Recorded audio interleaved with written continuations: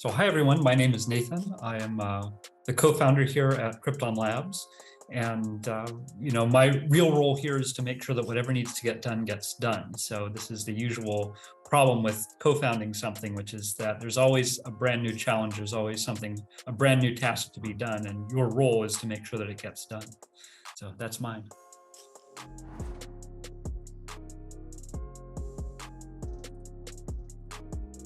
I guess I should start from when about a year ago, which is when I first got involved with this project, which is that a good friend of mine reached out, Michael, he reached out to me and said, I have this great new idea and I need your help to bring it into the real world and make it actually happen. I was very lucky, very pleased, and I absolutely have enjoyed the experience of getting to actually do this. So we took the idea and entered it in the fall Chainlink hackathon, which we won in the DeFi category. And that lets me segue nicely into the industry that we're in, which is decentralized finance. So DeFi is very, very recent. It only started in the last couple of years, and we got the huge innovations that allow us to bring in the ability to do a large number of financial products and do this in a decentralized manner. And what does this mean? This means that instead of going to a centralized bank or other financial institution, that this can be done in a way that is online. So it is essentially permissionless, so pretty much anyone can participate. That this is done in a trustless manner, meaning that if you choose to do something here, that you are cryptographically guaranteed that it's going to happen. And that this is done also in a decentralized manner. So this means that there is not just one person sitting there saying allow or deny, that this is fully decentralized. So even if one of the nodes gets taken out or removed from the system still keeps up and running, and you can still continue to do what you intend to do, just using the alternative nodes instead of the one that went down. So this is, it's been a very, very fun, it's an industry that's at the very, very beginning. And so it has a lot of the fun and interesting parts to it because we're defining what it's going to do and how it's going to do it. We have to do the actual implementation work of making sure that it actually can do what we're promising it can do. But it will ultimately work to assist the financial industry in making sure there's a large number of unbanked people out there. DeFi is going to help with that. There's a large number of people out there who require financial services, but for whatever reason, the mainstream financial services firms haven't gotten there, meaning either the quantities they're dealing with are too small, the issues involved, regulatory issues, maybe just a little too old and they need to get updated and they haven't been updated yet. And so this is a chance to prove that there's actually something that there's legitimately benefit, that there's something that can be accomplished. And that's the real goal of DeFi. And so Krypton is very, very happy to be at the start of this revolution and be at the start of the move to the forefront of the industry.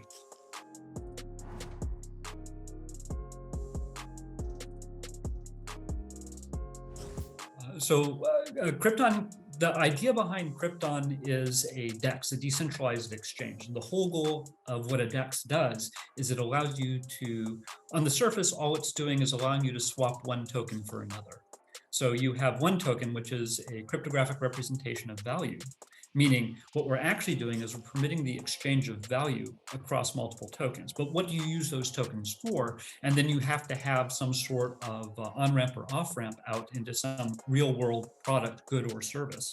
And this is what we're ultimately like. So we're essentially the middleman between these various multiple platforms. Each platform then has a way to interact with the real world, whether that's in the form of a vendor who will allow you to purchase or sell a good or service directly in that native token. So there are already vendors out there.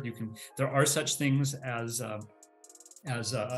Bitcoin ATMs, for instance. So if you want to exchange from your local currency, in my case, it's US dollars, but it could be euro, it could be any number of other things, and you can exchange that for Bitcoin.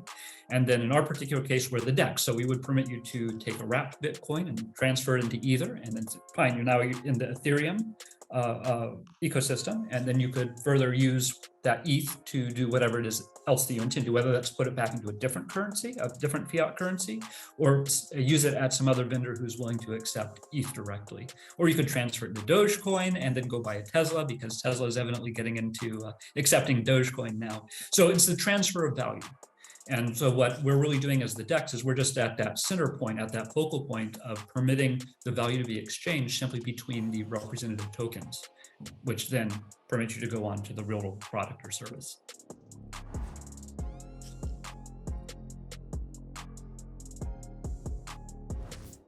Oh, this is a really fun one. What am I most proud of with the product? So we're in the very, very early stages of this. And what we've done is we've come up with a way of directly addressing a very, very old problem, which has existed in the real world for hundreds and hundreds of years. And that's called, it's so old that the academics have recognized this, have identified it, and they've given it the name adverse selection. And basically what it really means is that one of the problems with trading is that there's always someone who knows just a little bit more than you do. And this is why a lot of people are very nervous about trading, because they go out and they say, well, I don't want to participate on even the classical legacy stock exchange because there's somebody who knows a little bit more than I do. So I'm going to get ripped off by that person who knows something. So if I buy something that I think is worth $100 today and someone else has special inside knowledge that, oh, it's really worth 105, I know that I'm getting ripped off. I'm losing that $5. And what Krypton has done is come up with taken out of the academic world some ideas, implemented them for the very first time in the real world that are going to address adverse selection. So we're going to deliberately change the rules of the game. So to change the rules of the trading game such that you do not get ripped off, that you can credibly signal the absence of information if you don't know anything, or you know less than you think you do, or you're worried that someone else knows more than you do. So you can successfully trade without getting ripped off. So in other words, we do a much better job of uncovering what the true price of the underlying asset is. So the exchange ratio between tokens is just the price, and we do a much better job of price discovery.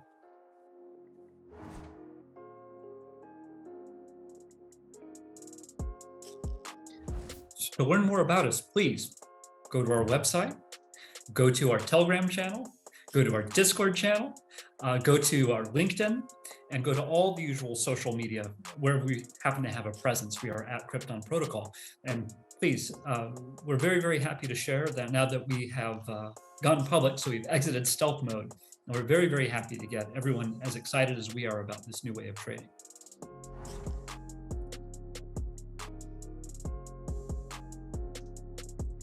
Oh, I'm especially proud of our logo. I think that our designer, who is a gentleman named Ilya, wow, that guy is good. He's just absolutely, utterly spectacular and just has an absolute positive gift. I'm so pleased with the logo. If you pay close attention to it, you'll notice that it is a stylized porcupine. And you can see the eye, you can see the spikes coming around, but most importantly, what I really want to point out is the ratio of space between all of those spikes perfectly matches the Fibonacci sequence. So this overlays very, very nicely against the natural pattern that you would expect given by the Fibonacci sequence.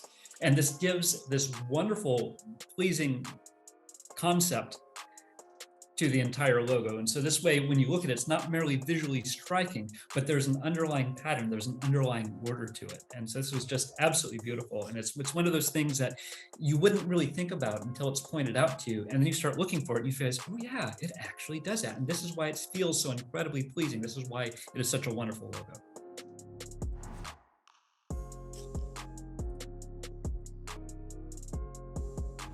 So Krypton is very, very pleased to get to work with a large number of incredibly high quality investors and partners. Blue Grid obviously is one of the most important, one of the key ones, because they've done such a wonderful job of helping acquire and source talent. And of course, all organizations the quality of the organization is ultimately dependent on the quality of the talent. And so this is why we're so pleased and so lucky to be paired with Blue Grid. It's just worked out so incredibly well.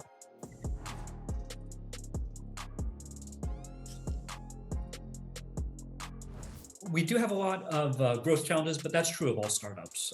And now that as we are exiting stealth mode, we can start to put into place. You can see a lot of the work that we've accomplished, and you can see a lot of the projects that we've been working on. So our single biggest challenge is, of course, to make sure that we don't merely go live, but that we go live and go live successfully. And part of this means making sure that the appropriate audience knows about us, that the appropriate end users know about us, that it's really important that we get our message across that what we're really about is fair and efficient trading. So we are at that nexus in between all of the tokens, and the tokens themselves are representations for what they're ultimately used for, which is real world goods and services. So we're right at that exchange nexus of that. And I really want to emphasize that what we are is a fair and efficient trading. We are the most fair, the most efficient trading platform. And that's our single biggest challenge, is making sure, not just that we have that. No, we know about the technology, we have the technology, we've demonstrated that it works. We know that it's successful. The problem is, can we make sure that everybody knows about it and so everyone can start using it? That's our single biggest challenge.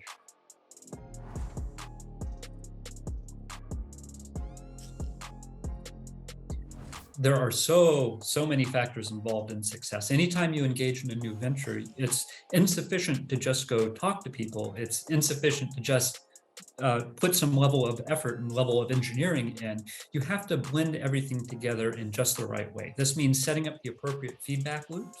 This means making sure that you aren't just working on something, but you're working on important things, that you're actually accomplishing them, that you're not just spending your time in investigation work. You actually have to go into implementation. So I would have to say that the ability to get all these things blended together, that has been the single most important factor in success so far. So you can't just be good at one thing. You have to be good at an awful lot of things, and you have to assemble them all together. It's like a puzzle, right? The puzzle individual pieces have to be assembled into a whole, and that's the ability to do that. That's the single most important factor.